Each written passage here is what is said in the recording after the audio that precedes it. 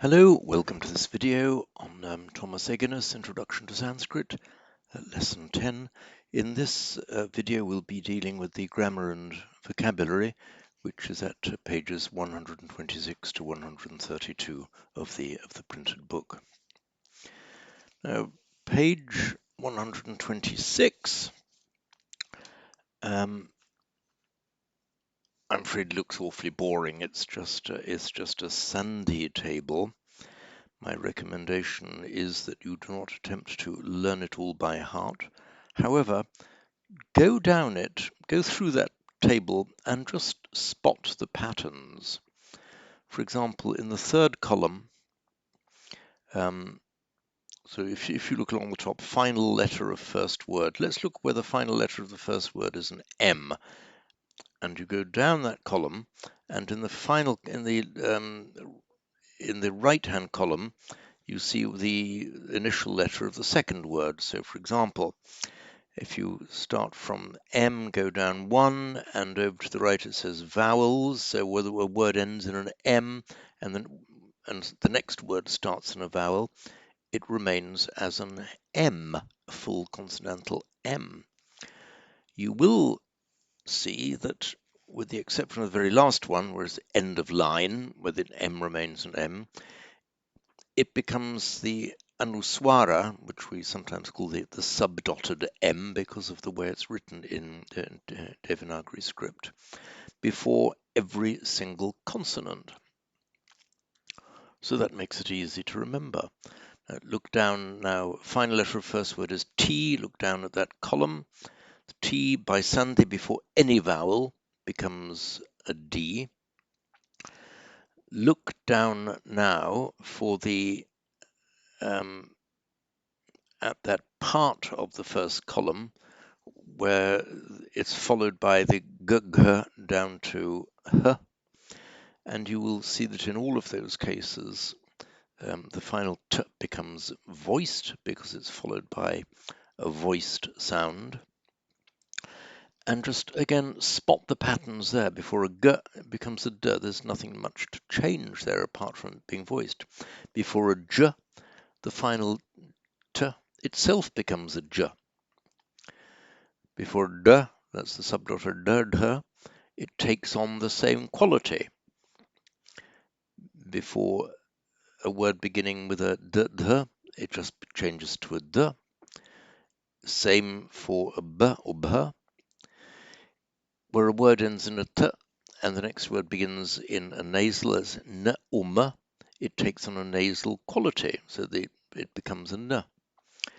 And before a r becomes a d, and so on. And you'll see the various changes it makes.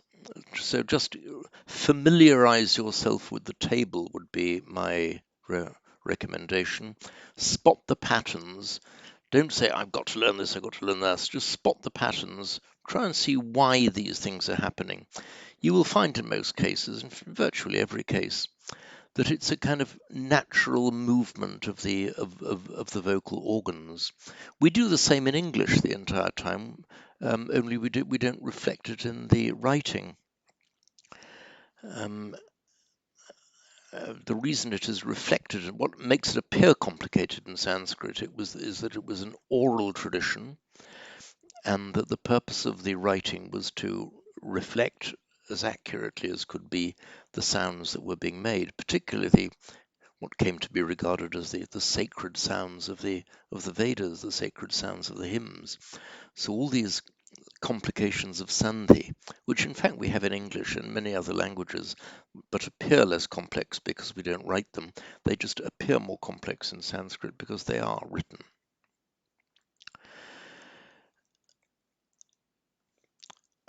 Going now to page 2, I won't read through everything in detail, but I think it's superfluous. Again, if you look at page 127, paragraph 2, as I've just been saying, many of the changes in this chart occur because the last letter of the first word is, quote, getting ready, unquote, to say the first letter of the next word, known as a regressive assimilation. Number 4, there are no Sandhi changes if the first word ends in a vowel, and the second word begins in a consonant, and you know there are separate rules. If the first word ends in visarga, that's the subdotted H, or anuswara, that's the subdotted M, the rules for the subdotted M are a lot simpler. Now, it's noted in paragraph 5 on page 327 that earlier the manuscripts didn't show any breaks between words, sentences, or paragraphs.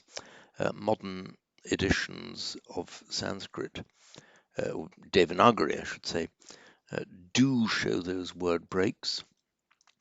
They show the word breaks only to the extent that it doesn't spoil the spelling, so to speak. So let's look at the iPad, and I'll show you what I mean there. So there are word breaks that we can have in. There we are. There are word breaks that we can produce in Roman script without spoiling the way it looks, without spoiling the rules of orthography of Devanagari. Let's just say he comes to the village. So that would be, so grama is village. Agachati, comes, he, she, or it comes. Accusative of motion towards, so it's gramam. So gramam agachati. Now, we've just seen the rule: if the word ends in an M and the next word begins in a vowel, the M remains pure M, pure full consonantal M. If you were to write gramam agachati in Devanagari, gramam. Now,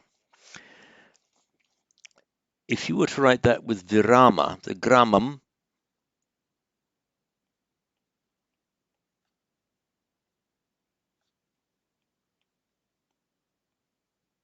agachati, that's actually wrong. That is kind of bad spelling here, because you've got a consonant followed by a vowel. In Devanagari, you have to run those together. So in Devanagari, gramam, look, I've written gramam gachati.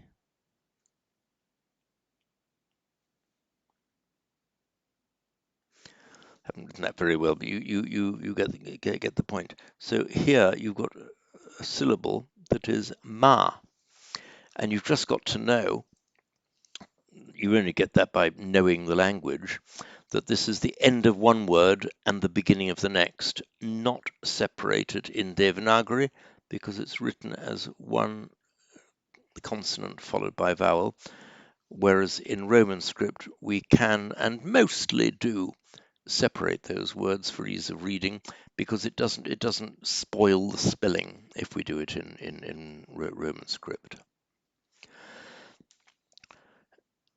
So in paragraph 6, we see cases that result in a break in words. That's after the sandhi has been applied, there is a break. If the first word ends in a vowel, and for these purposes include the anusvara and the visarga. So we've got Ramo gachati. You don't need to join these up. In modern Devanagari style, it would be regarded as kind of wrong, although as has been mentioned earlier, in the older texts, all the words were run together. It would be normal and correct to write those as two separate words, because there's nothing in the Devanagari script that requires you to run them together, as we've just seen in the case of Gramamagachati. Similarly, if a word ends in the anuswara, which we write as the subdotted M, or in the visarga, which we write as the subdotted H, that will create a break in the words. So also, for example, this sandhi, I'll write it first.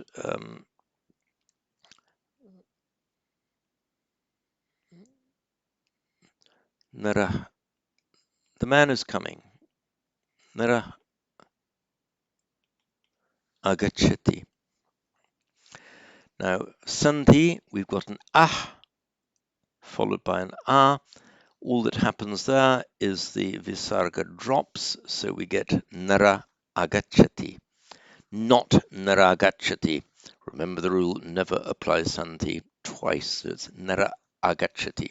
We have a hiatus between those vowels. And so that will be written nara space new word.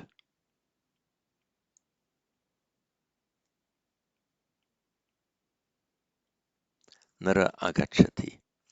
And there is a space correctly left there in Devanagari because there's no requirement to run them together. Nara agacchati.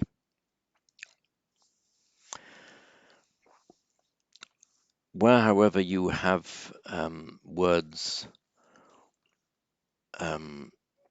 vowels making sandhi, they mostly do have to run together. For example, the two men are coming. Narau agacchata. Dual. The two men are coming. Agacchata. Now, narau agacchata. We know that the au followed by a vowel becomes av. So we have to write there in Devanagari Nrava Gachata. So this, if you're looking, what's this word that's got a va in the middle of it? Well, it's not a word that's got a va in the middle of it. It's the sandhi, the junction of narau agachata, narava gachata by sandhi. And it would be, I suppose we could write in English, narav. Yeah, we can. Why not? Narava gachata. I mean, write in Roman script. Narava gachata, not a problem really. But in Devanagari script, they've got to be run together because a consonant immediately followed by a vowel, they're written as one unit, even though they belong to separate words. Now, over to the next page, the grammar of pronouns. Again, a little bit of a chore to learn them by heart. What I recommend is that you spot patterns. It's sometimes a bit difficult to spot patterns in some of the pronouns because they're a bit idiosyncratic. For example, aham, it's the only one in the singular that begins with a vowel. Aham, nominative I, accusative mam, or sometimes it can be shortened to ma, as you have in that line, asato ma sadgamaya, from the untruth lead me to the truth.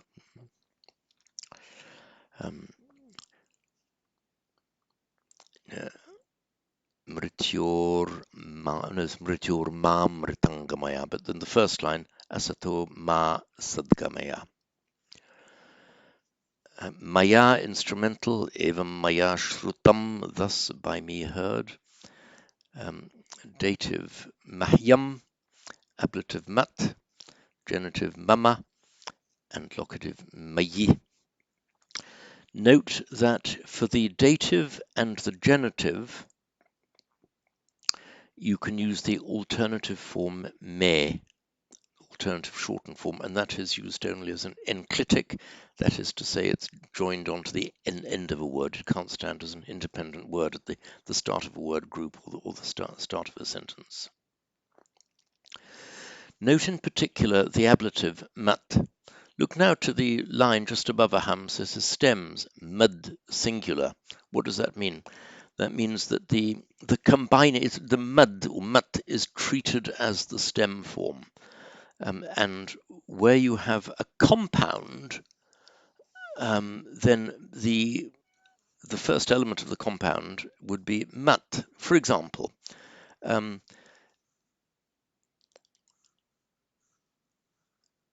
we know the word artha, goal, objective. If you put it in the accusative at the end of a compound, it means for the sake of. So for my sake then would be mat artam, which then by sandhi becomes madartam. That's why we'll see mad artam, which, as we've just discussed, we can separate those words in Latin script, but we cannot separate them in Devanagari script.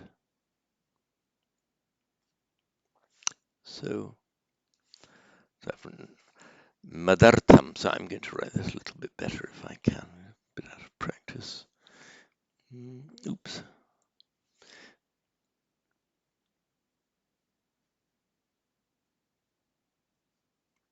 Madartam. So madartam. This is meant to be. Sorry, this is meant to be. This is meant to be the little r on top there. Artam. So again, a trap for the unwary. It looks like a madartam. It's madartam. Looking now at the dual, the avam. As always, the dual the dual nominative and accusative are always the same for masculine and feminine, as well as neuter, of course. Spot patterns here. This ending bhyam for the instrumental dative and ablative. You've seen that in nouns as well, the bhyam ending. And the yo ending, o and yo, for the genitive and locative. So you've got avabhyam, instrumental dative ablative, and avayo for the genitive and locative. Note also that for the accusative, dative, and genitive, the shortened form now can be used optionally, and as with the other short forms, it's used only as an enclitic, that is attached to the end of another word, never at the beginning on its own at the beginning of a word group or a sentence. Third column now, the plural, we, vayam, asman, asmabhi, asmabhyam, for the dative, asmat for the ablative, asmakam for the genitive, and asmasu for the locative. Again, look at the short forms. Again, for the accusative, dative, and genitive, you can have this na form as an enclitic. Again, also see that just as the combining form, I've given you the example, mat artam becomes madartam, this combining form mad is the same as the ablative. Similarly in the plural, look at the ablative plural, page 128, I hope you're still all there. Asmat, which would literally mean from us, that asmat is also used in the combining form. So for our sake would be the tada by Santi, of course, asmad artam.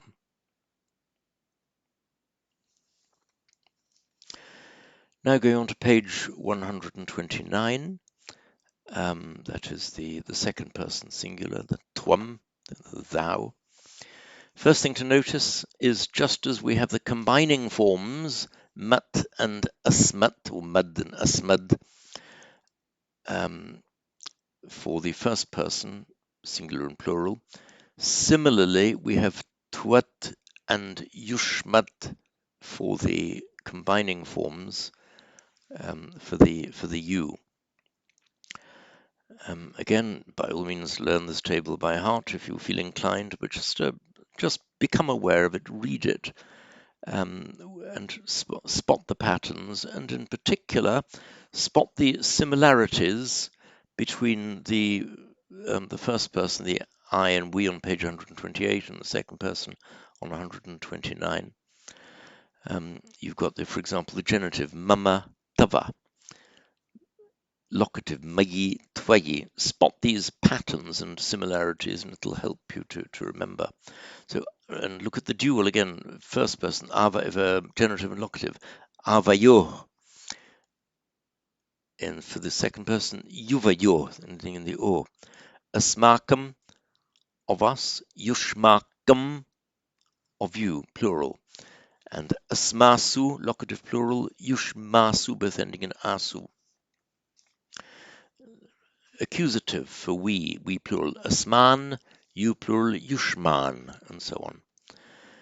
And again, note that you can have short forms. For the short form accusative is a toi rather than tuam, exactly reflecting the short form accusative mam or ma. Alternative short forms te for the dative and genitive. So, for example, to thee, singular, would be tubhyam.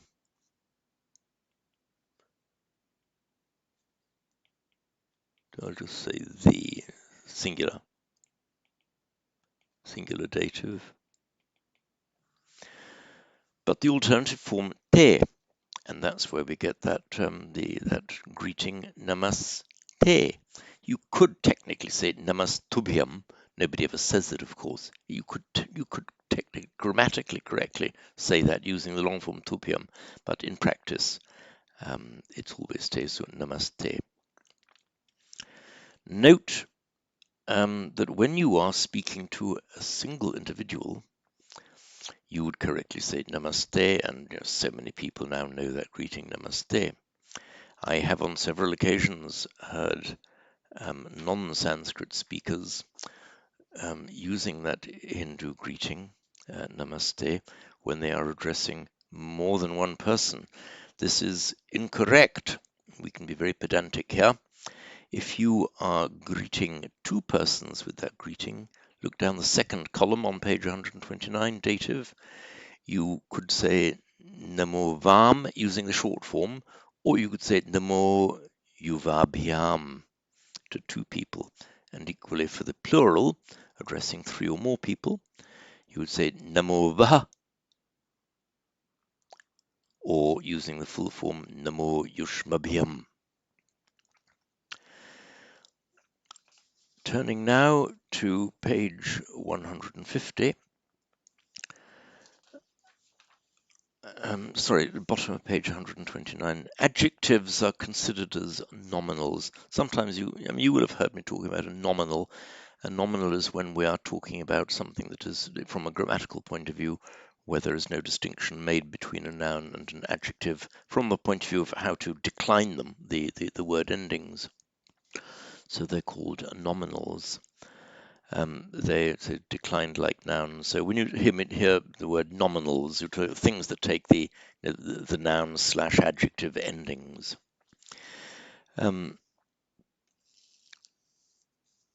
The adjective, as in English, most commonly comes before the noun that it qualifies. That would be normal. It doesn't have to, but it mostly does. And of course, the adjective agrees with the noun in case, number, and gender. And it gives the example of the adjective beautiful.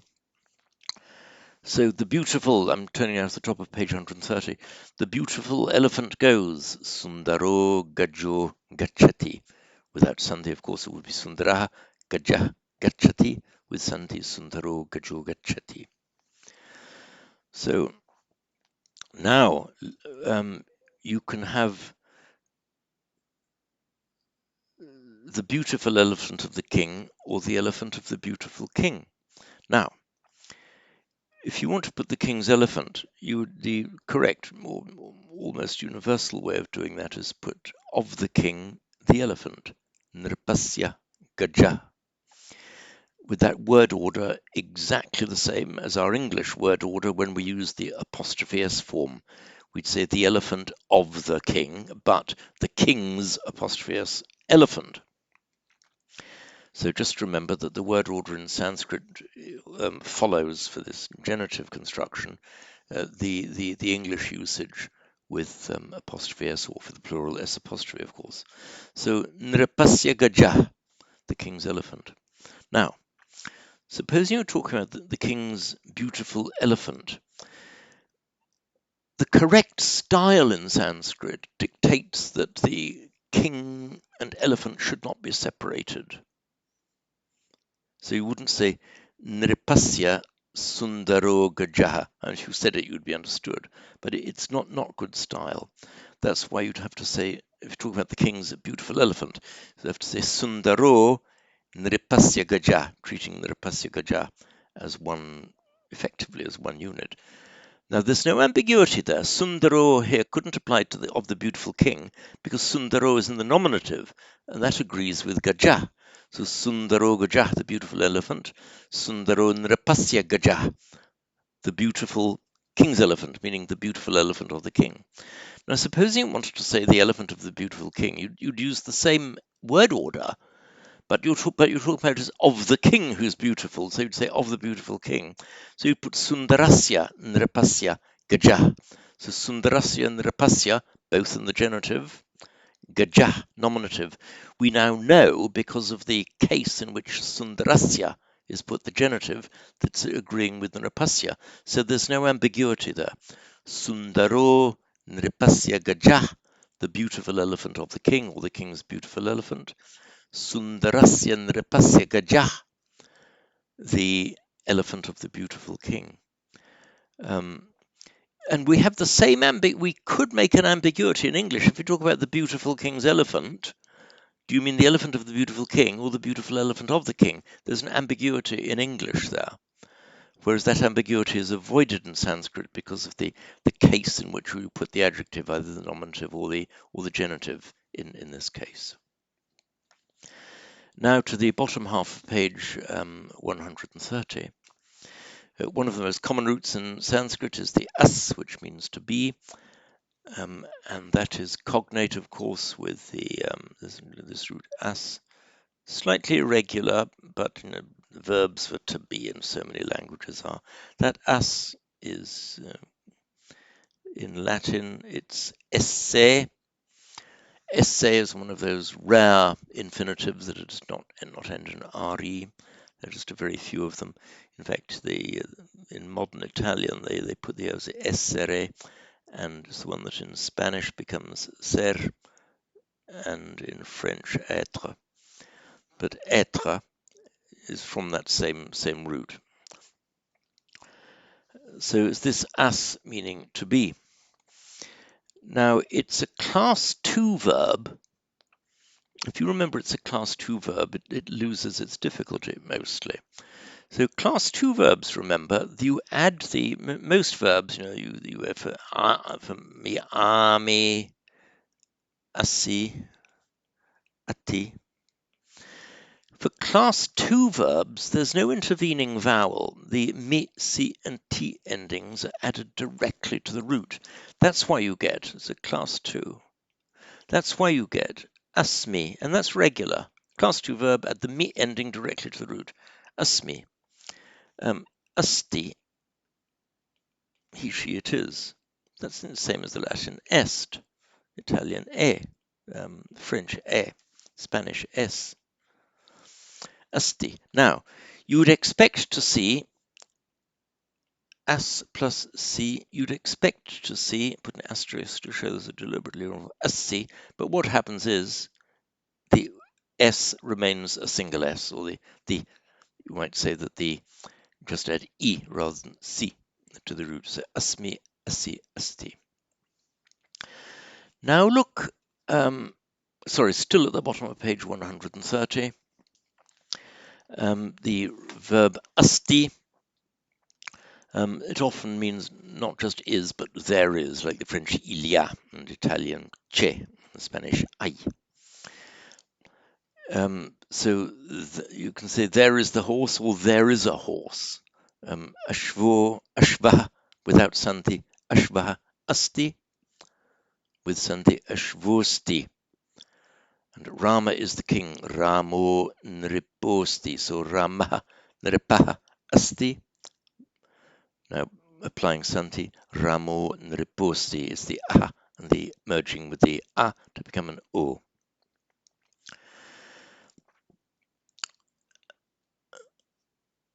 The conjugation of the indicative singular of us is given at the top of page 131. If you look at the dual and the plural, you will see that it is entirely regular, apart from the fact that the initial vowel a, drops. Apart from that, it is an entirely regular class 2 verb. So it's the root us followed by the raw endings without a preceding vowel, ta, ta, va, anti, ta, and mah, added straight onto the root, but with the loss of that s.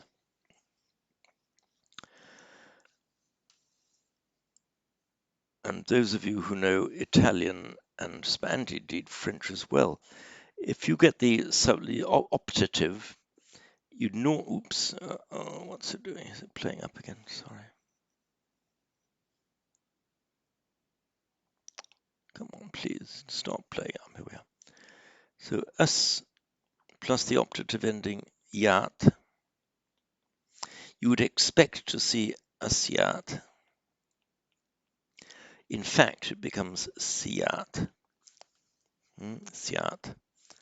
Now, in Italian, closely reflected, in Latin it is sit, in Italian sia, in French soit, Spanish sea. So you see these all you can doesn't take too much imagination to trace these back to the Sanskrit form siat.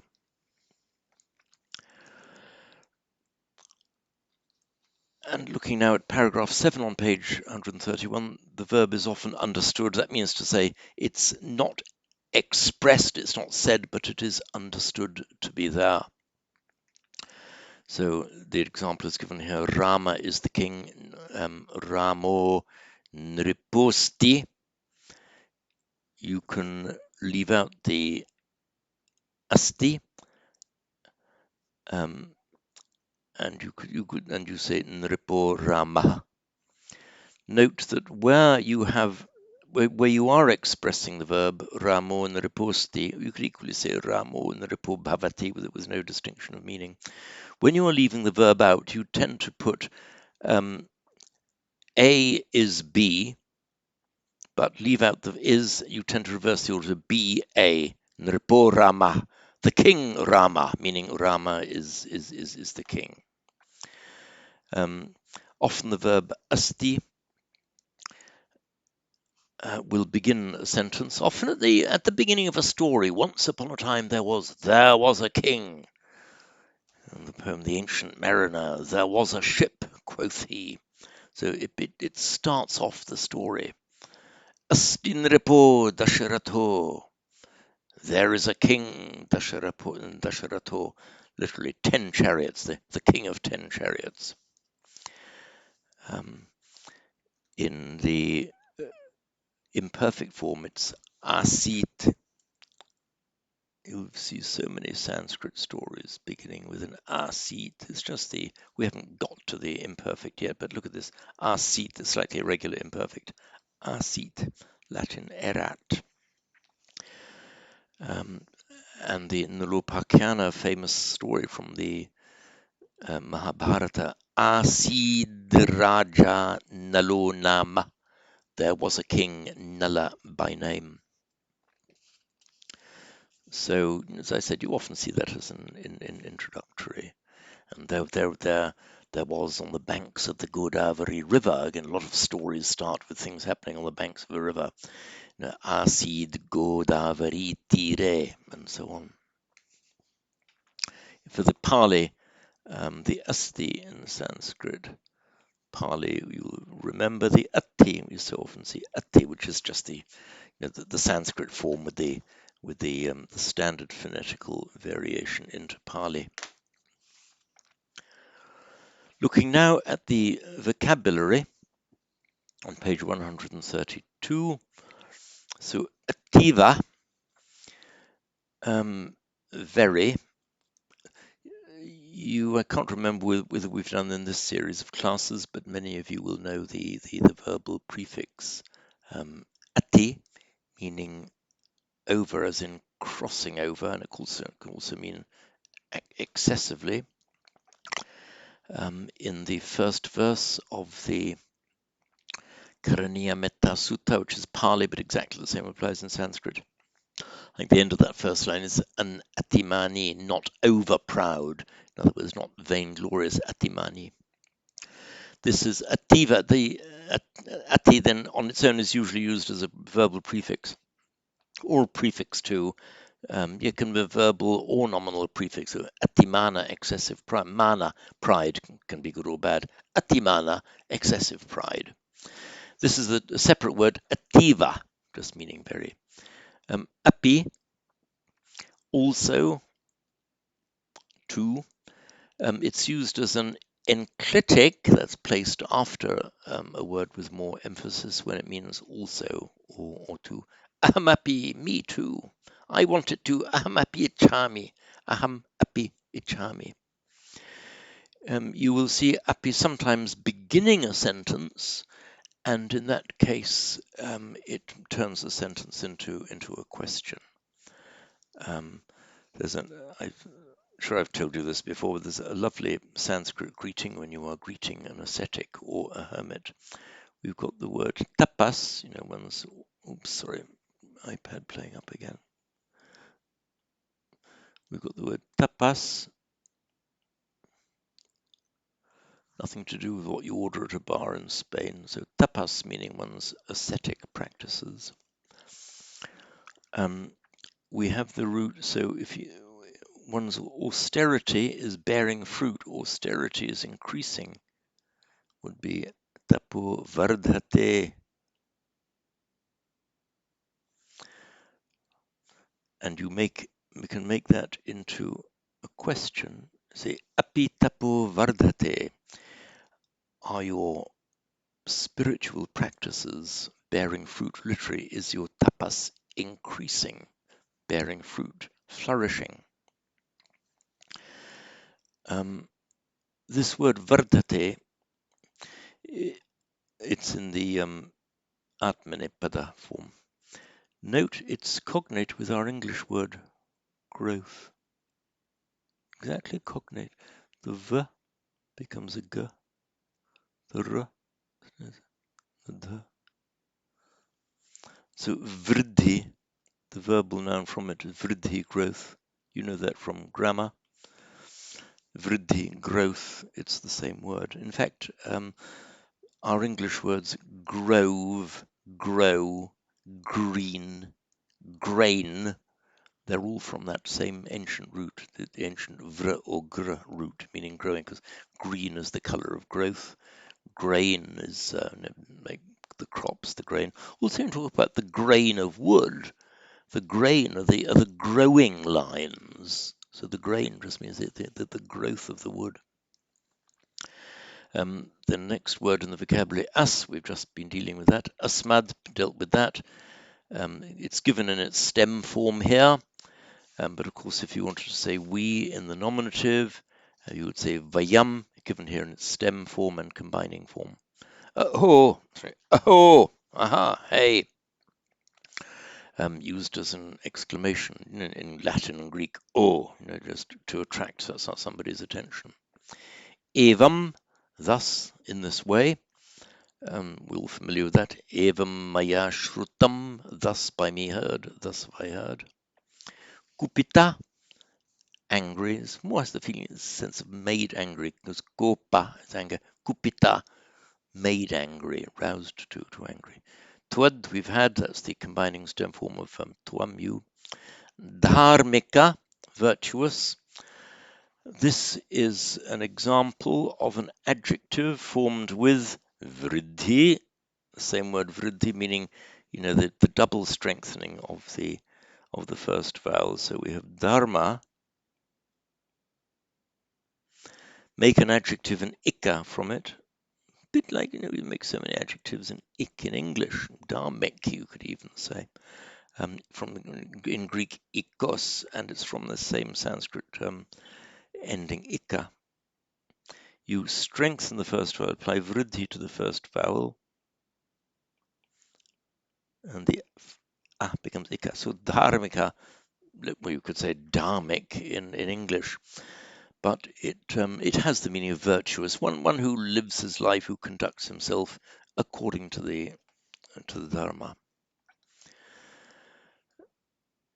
Nama, it says it's Nama, name. It says indeclinable. Okay, it is two things. Nama is actually a neuter noun, a neuter declinable noun, the stem form naman, and therefore declines like any other neuter noun ending in n, like karma, stem form karman, nama.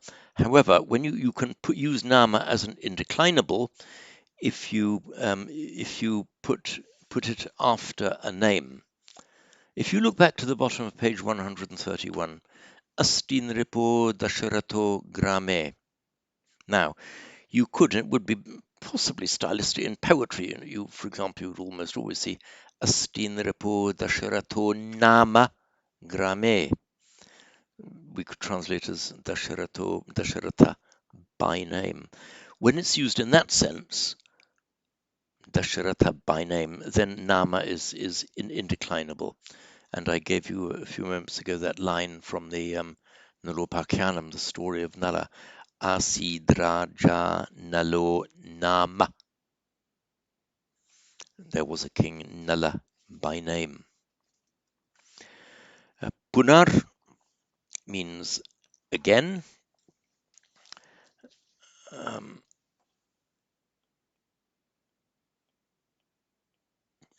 And for example, we have Punar Bhava, again being, which is the usual way of saying rebirth, again Punarbhava. It's actually cognate, the vowels of the consonants rather have flipped round in Greek. It's cognate with the Greek word palin, meaning again. We have, for example, palingenesis, Punarbhava palingenesis, again birth, being reborn. We have a palindrome.